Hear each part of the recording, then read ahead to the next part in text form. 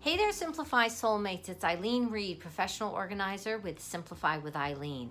And my question for you today is, what are you waiting for?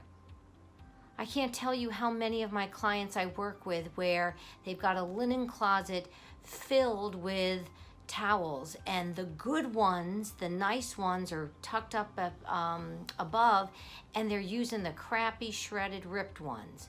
What are you waiting for? And then clients who have, the nice glasses that again are in the back of the cabinet that's bursting with glasses, and they're using just the kind of, older ones, the mismatched ones. What are you waiting for? Or clients who are wearing the ripped, stained, shredded sweatpants while 3 or 4 nice ones wait in queue. What are you waiting for?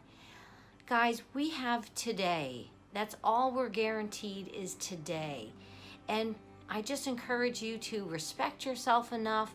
You deserve to use the good stuff.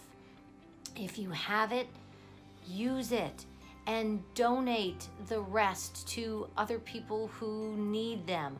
Or if they really are tired and used to death, that's great. You use them. They've done what they were supposed to do.